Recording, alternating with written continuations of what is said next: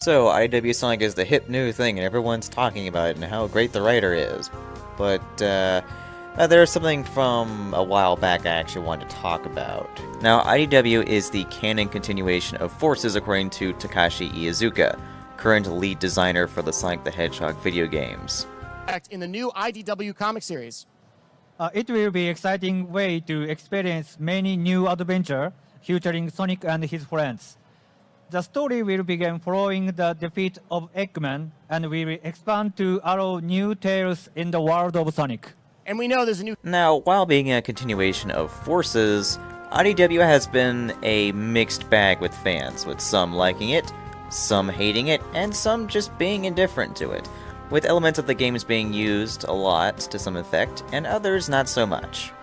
And since this is the successor to Archie Sonic the Hedgehog, the longest running comic book series based on a video game, to see IDW fall so far from its predecessor in terms of sales, quality, and reception is just kinda sad.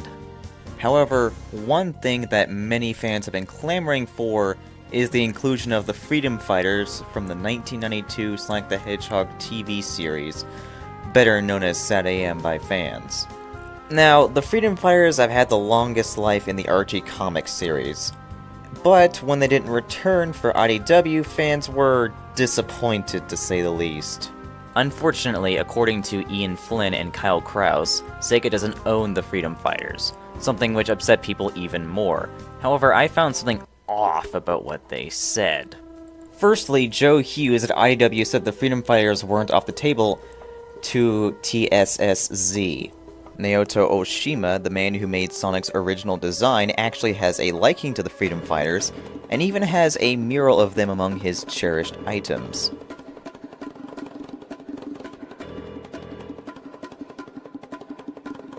Yuji Naka himself was even glad that Sega of America did what they did with Sonic because it helped the franchise find success in the United States.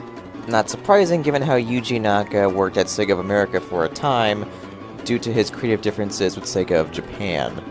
In one version of the Sonic Bible, Sally Acorn is mentioned, and Sally appeared in SatAM, the Sonic Christmas Special, Chris's Blast, and the Archie comics series. Not only that, but Sally Acorn is another name for the Squirrel Ricky, or normal animal for the uninitiated. Sega has also tried to incorporate them in the games while keeping the speed-based feel the series is known for intact. Projects such as Extreme, which included the Freedom Fighters in one early draft of the story, and Spinball, where the Freedom Fighters made their first canonical appearance. Furthering this, Sega has begun incorporating elements from SatAM within the games, starting with Black Knight all the way to Forces, and with Sega World Australia featuring Sally prominently, and in Sonic the Musical, this is a good sign for everyone's favorite rebel group. Sega's Twitter manager, Aaron Weber, has also mentioned the Freedom Fighters' popularity, and I have no reason to think he wouldn't mention this to somebody like Iizuka, who is head of Sonic Force's development team, which incorporated the aforementioned ideas from SatAM into the game. And of course, including things like roboticization in Sonic Lost World, SWAT bots in Chronicles, and chili dogs in the Black Knight. Yeah!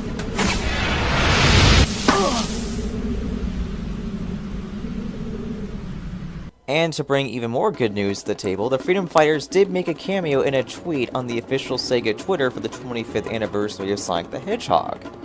Also, in an earlier Bumblecast, Ian said the following sentence. The issue with the Freedom Fighters is that they are from an old, defunct spin-off from the franchise. They're not really considered high-value properties, I guess, in terms of the overall franchise. High-value properties. A bit odd, don't you think, that he would backpedal on that sentence? Not only that, but Ian so far hasn't confirmed anything with Sega about the new characters he made for IDW, which could mean that Sega doesn't know about Rough, Tumble, or Tangle. So who here is telling the truth? Ian Flynn, the head writer, or some furfag on the internet? Well, one would think that Ian would be the more trustworthy person in this situation if not for one thing. And that would be the US Copyright Office. Yes, That's right, I dug through the US Copyright Office's public records just to find documents pertaining to the freedom fighters and other characters. But there is a lot to talk about right here, so let's go on ahead and finish this up because I got a lot to say. Some works went to Sega, others went to didnt, and others went to Ken Penders. The syndication was co-owned by Sega of America and didnt. There was also this one episode owned by a guy named Mirik, so that's kinda cool. And Sega of America owns the distribution rights to most of the properties except for stuff copyrighted by Penders. The only thing from Sega of Japan is this little snippet right here, and that was recorded all the way back in 1979. Adding to Sega of Japan's ownership of Sally includes the plushes of her, and a commercial from Korea.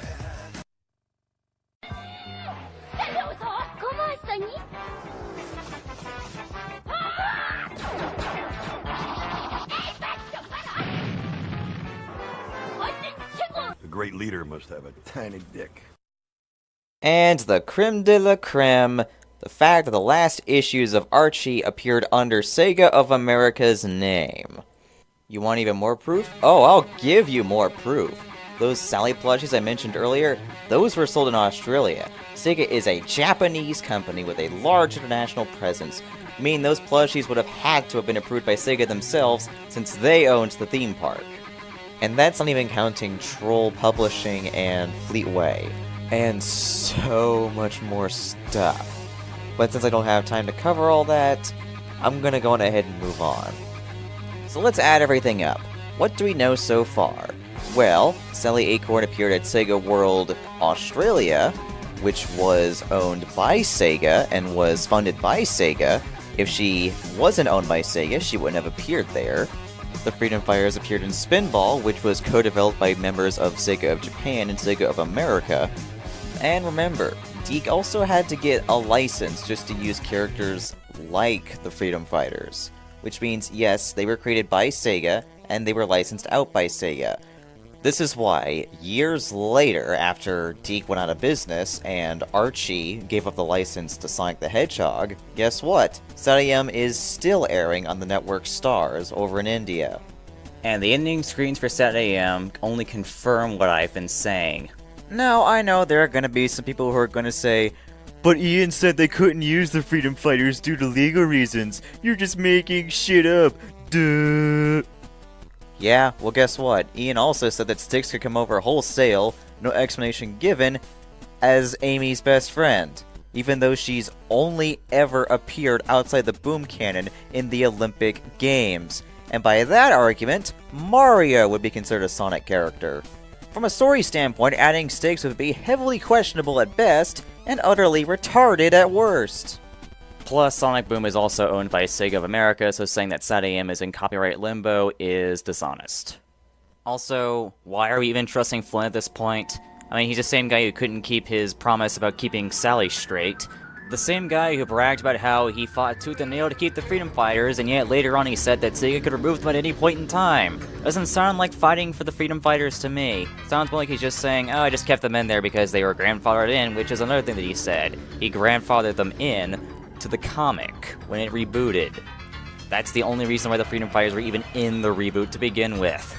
There's also supposed to be a send-off set of issues for the Freedom Fighters in Sonic Universe, and then there are some documents where he calls Sun Alley a tired on-again off-again couple.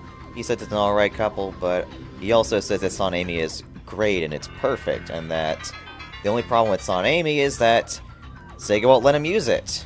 So if that doesn't tell you that he's biased against the Freedom Fighters, I don't know what does. And no, Sonic Channel doesn't count either, because in those comics, Amy is also a lesbian. Why is that? Oh, wait a minute. That's because they're one-offs that aren't canon to the main franchise. They're jokes, like Robot Chicken skits. Ooh, does that mean Blaze Amy is canon now? Oh, yeah! And plus, sorry if I'm dragging this part out a little bit too long, but Ian's also not someone who should be talking about law. It turns out that Robot in issue 8 was actually E107 Theta.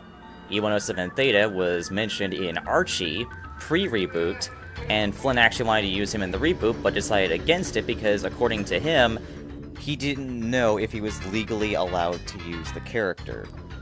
So, he's perfectly fine going out and looking for the rights to a character that no one gave a shit about before, and is only going to make one single appearance on IDW, but he is not willing to look for the rights to the characters such as the Freedom Fighters, which people absolutely love and actually want to come back. And if you want even more proof of Ian's bias against the Freedom Fighters, well, remember this page? Yeah, well, that page is actually taken from Other M, but cranked up to 11. And yes, this page is of Sally Acorn getting shot in the head. And then Amy kisses Sonic, and he seems to have the hots for her. Kinda reminds you of something else that happened in the reboot. And besides, Flynn can make the excuse, oh, well, Spinball is not canon, but as far as I know it is, so don't give me that shit. Plus, it's not like Sonic Team is biased against the Freedom Fighters because of Amy. Hell, the guy who designed Amy actually has a script of Saturday AM with him, so I think you all know where I'm getting with this. The bad news is that they will never, ever appear in the comic again because Flynn doesn't want to. There's nothing wrong with him not doing that, but the fans want them to come back. I don't care how many petitions people make, they are not coming back to the comic, and they probably never will. Besides, it's good news for me that Ian Flynn doesn't want to touch them because the more I get to ignore Sally Cole, the better. And this crap. The other good news, besides the fact that Flynn isn't going to be touching the Freedom Fighters for a long time, is that Sega has actually tried to incorporate the Freedom Fighters in the games. It hasn't always worked out in their favor because they wanted to keep a certain profile with things. Sonic 16 was cancelled because it wasn't fast enough. Sonic Mars was cancelled because the prototype simply did not fit. It was not fun. And Extreme tried to include them, but because of complications, they decided against it. But yes, I do think eventually we will see the Saturday AM cast and some of the Archie cast in the games at some point. Maybe not in Sonic Racing, maybe not in the next Sonic game, it could even be a while before they come again. But we will most likely see them at some point in time. It's just a matter of when. Hell, let's bring even more good news to this. Ken Penders has actually thought about letting IDW use some of his characters. The only condition being is that IDW would have to pay him for the rights because, well, he owns them, and that was what Archie had to do to use them, so yes, I do think we might see the Echidnas at some point in time. Although that's pretty unlikely, it's just wishful thinking. Besides, Sega and Penders are on much better terms now than they were back in 2009, so I guess everything works out in the end. So, to finally shorten this up, the enemy of the American continuity is not Sega. Sega has tried to incorporate the American continuity in the games, they just haven't done as good of a job as we would have liked. Hell, Eggman's real name is actually Robotnik, even in the Japanese continuity. While Flynn, Krause, and Gray have all tried to remove the characters from the canon. Why do I mention John Gray? Well, because he was apparently responsible for the 134 slap, which the writer, Carl Bollers, told him not to do because it would have been out of character for Sally. But because John Gray is such a huge Sonic Amy fan like these other two, why wouldn't he do something like that? Plus, considering the fact that these three can't handle criticism, have harassed their critics, have stolen characters from the fanbase, they consider the fanbase to be disposable the moment they dare go against any of their principles, and they call conservatives Nazis. Are these really people we should be getting our information from when it comes to this franchise? No, I don't think it is.